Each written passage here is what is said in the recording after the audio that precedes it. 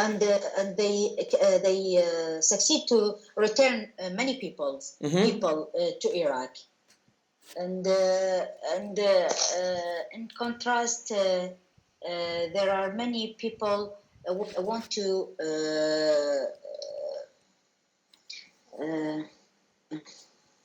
return, to travel to travel abroad. Country. Yes, from Iraq to another country, to their countries. So it was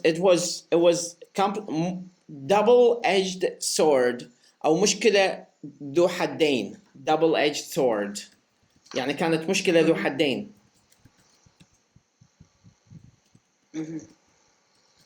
Okay, and how did the ministry deal with this kind of problem?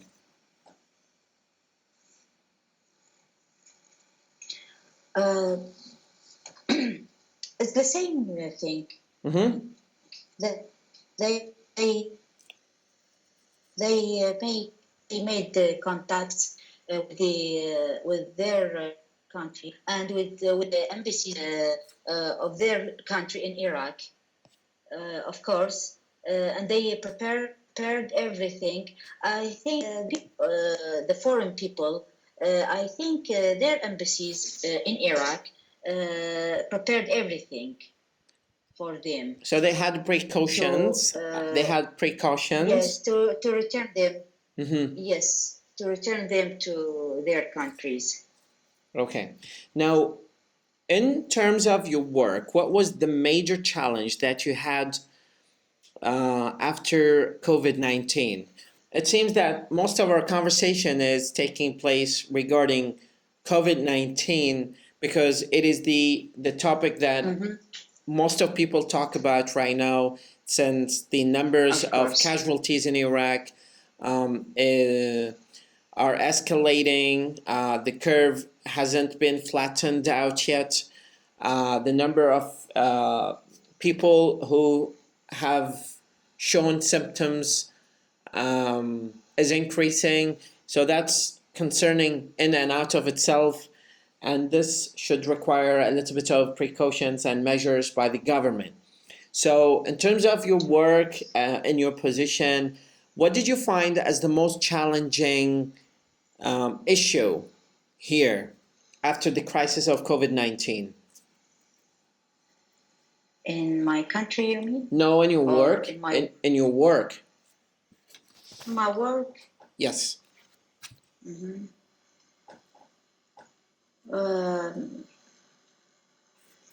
I think the big challenge when you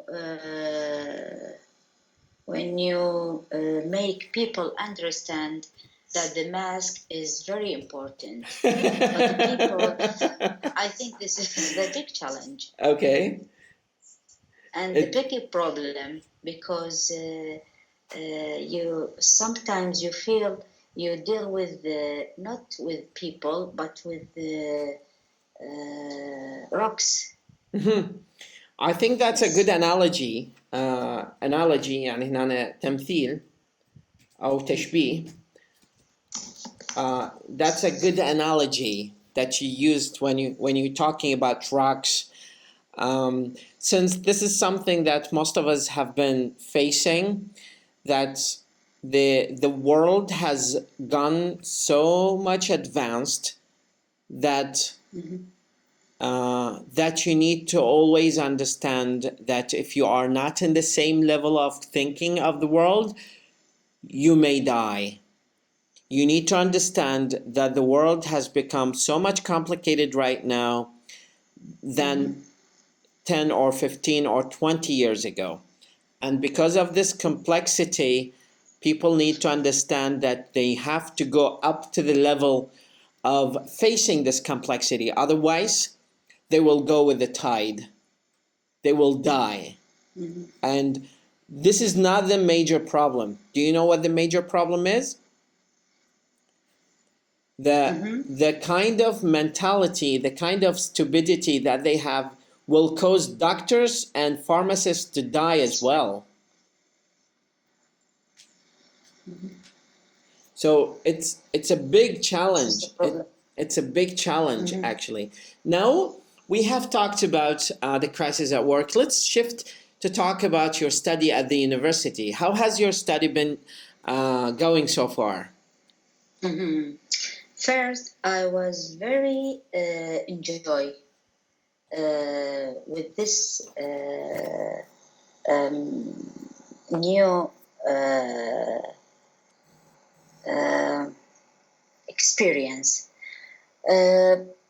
And you know, because I don't have to go to the university because my work, and I enjoy with the to do my homework in home, but now they research they want from us, and of course because we have lectures, many lectures in any time, maybe now, or maybe 7 o'clock, or maybe 12 How has this o'clock. how has this shift from face-to-face conversation to online learning has changed you? Well, because in your case, your experience with taking classes online has been older than the coronavirus, because we have been talking back and forth for almost a year, and you have already developed a good experience with online learning. So has this been changed with your classes online with your university or not? I didn't understand. No. Can you repeat, How please? how did you deal with the shift Your التحول? sound cut. How did Your you sound is not clear. how did you deal with the shift from online learning to from face-to-face learning to online learning? Do you hear me? Mm-hmm. Yes, yes, yes. That's my question. Yes, I told you. Mhm. In the beginning, I enjoy very much in this experience. It's very beautiful experience. It's very useful experience. Mhm. I like it. But I think because the period is very uh, It's very what? yes, because we must end everything, our exam in July. Mhm. They yes, they take take taking us many homework, You many mean they research, gave you many homework? many sorry. You mean they gave you many homework assignments? Yes, Mm-hmm. yes. Mm-hmm. And how did that make you feel when they give you a lot of assignments? Do you think this is a good way to learn, or it might not be as good as the professors have expected? No, it's good. It's good and useful, but in the same time, uh, Mm-hmm. sorry, uh, it's kind of pressure about us. How many classes do you take usually? Uh, 8. So you've taken 8 classes, Yes, and all of them are yes, online, right? yes. Tell me about the classes that you've taken. Which one is the most challenging to you? Which one is the easiest? Uh, And how do you deal uh, with them? yes, the most challenge, and this is the first experience, uh, consecutive. Consecutive translation? Yes, And why do you think this is I think yes, because this is the first experience for me, and I in the beginning I feel uh,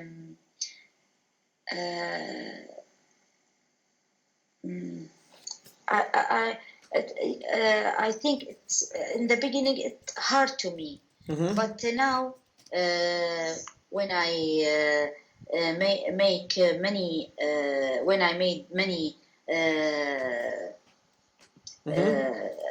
tests, I think I'm now better than before. Now, can you define consecutive translation to me? Sorry? What is your definition of consecutive translation?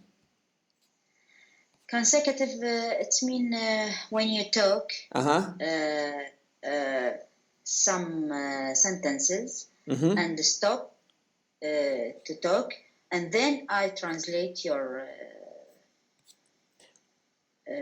talks. Now, do you think that this topic is challenging just because that it is a kind of novel or new topic to you?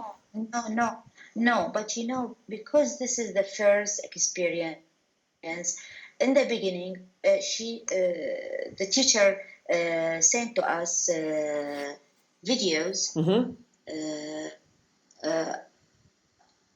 sometimes about meeting or maybe Dr. Phil? Dr. Phil, yes, of course, yes. I know him. Yes, meeting or program interviews TV. or TV yes. show. Yes, interview, and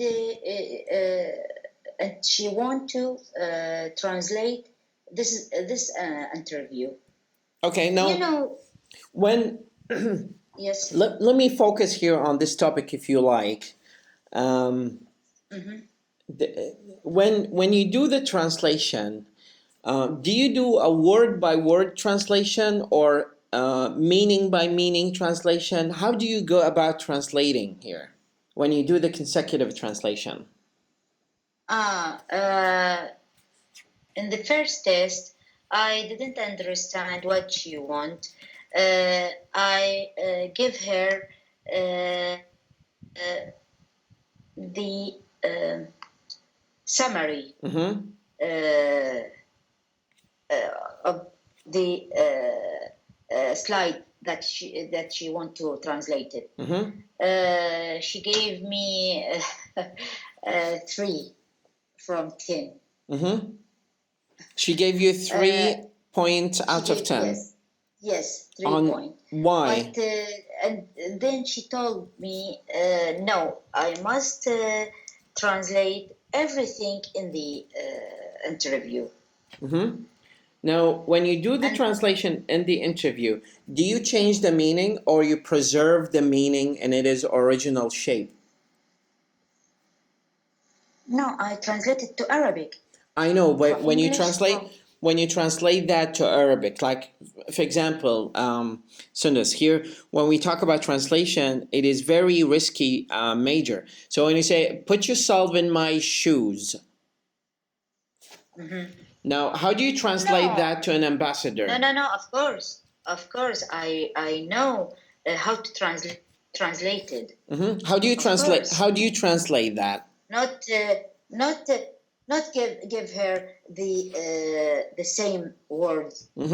So if you want to answer this question correctly, you would say, I will not focus on a word-by-word translation. I will focus on the meaning that is understood in the language that I'm translating to. Now, what is the main challenge? What is the major challenge of doing consecutive translation? Is it the speed of language of the speaker? Is it the kind of words that they use? I mean, is it the theme or the topic of the person he is talking about? What are the major challenges and what kind of strategies? I think some words and I think the speed of speak sometimes. Yes. Okay. Tell me more. Have you had an experience when? Now I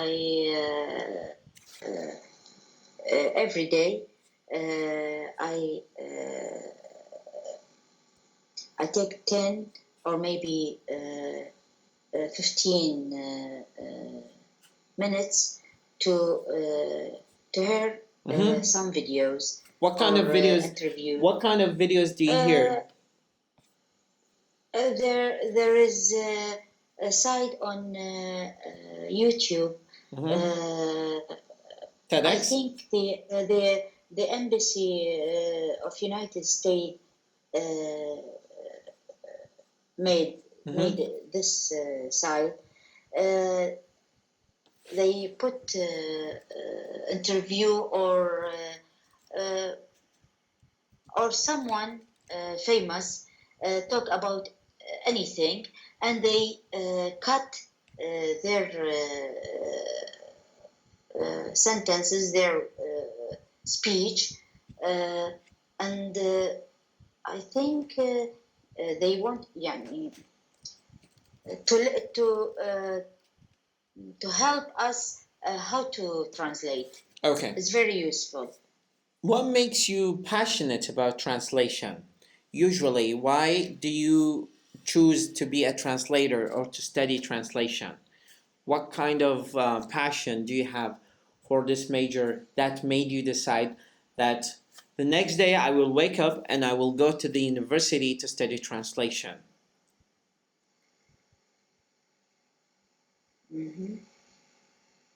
My passion? Passion is the word. Passion. Yeah. What is your passion to study translation?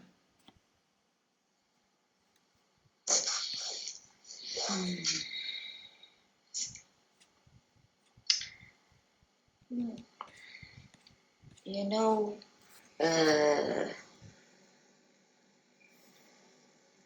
I don't know, but when I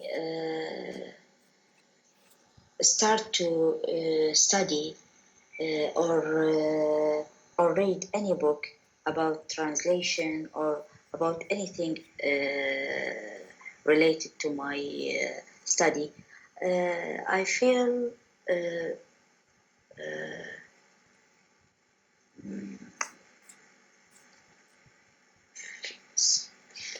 maybe happy feeling or passion or I don't know, but now but I want to.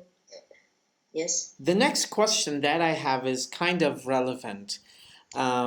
We usually talk about translation and we never mention culture. Now, as an example, here in Iraq, we have Arabic language and we use in the society, which is the Iraqi dialect, اللهجة العراقية, but also we have culture. So, as a translator, how do you integrate, تدمج, how do you integrate culture in your language study and translation? شلون واحد يضمن الثقافة ضمن الإطار الترجمي؟ أنه أنا دا أترجم من نص أول إلى نص ثاني، فلازم أكو فد cultural transfer، انتقال ثقافي موجود، أنه أنا ما فقط أترجم النص حرفيا، بس أكو إطار أو طبقة ثقافية لازم أضيفها، يعني تتعلق بالمجتمع الأول أو المجتمع الثاني، مثل الجملة اللي ذكرتها اللي تخص put yourself in my shoes. فهذه المترجم شلون دي يتعامل وياها؟ How do you deal with this scenario or situation? That is my question.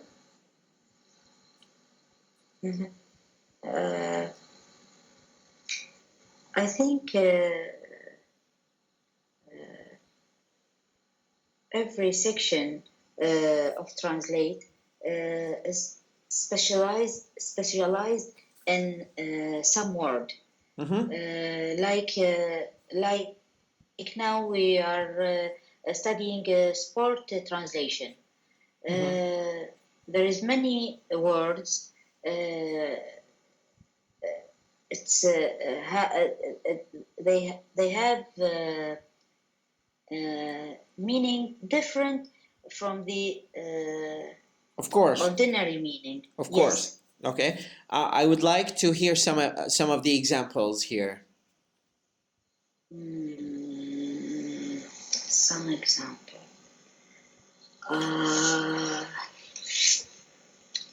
I don't remember. Okay, if you don't remember, I don't want to.